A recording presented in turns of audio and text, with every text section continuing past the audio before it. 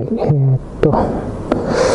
AIMONのエアゲージピットブラックですね。よし、ちょっと開けてみましょう。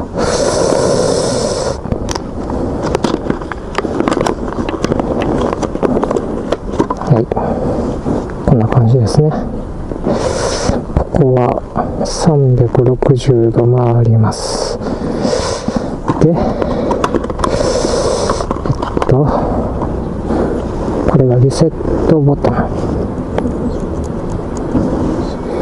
じゃあちょっと実際に測ってみましょう。前後2キロなんで196キロパスカル。はい、ちょっと調べてみましょう。上にあった。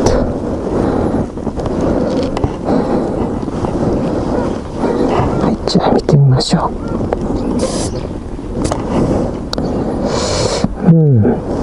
こんな感じ。あ、押してもらった。はい、やってるかな。こんな感じで。こ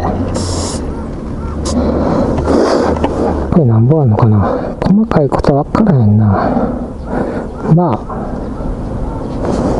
入ってますね。はい、じゃあちょっとリセットしましょう。これを押してリセット。後ろのここか。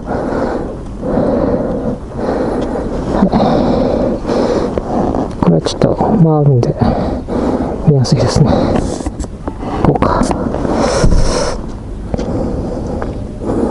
180ぐらいかな。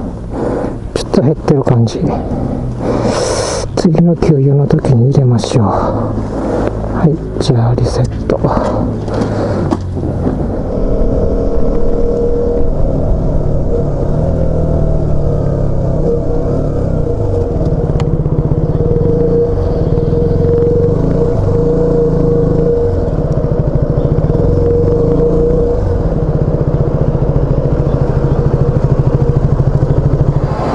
これなんか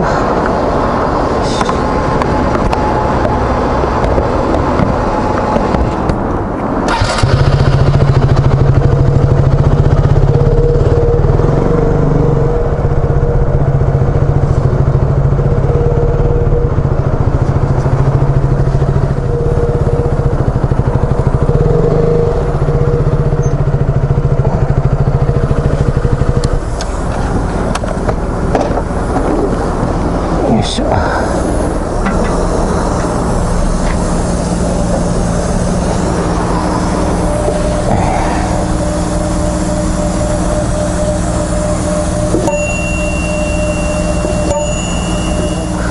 こんなもんね。よし。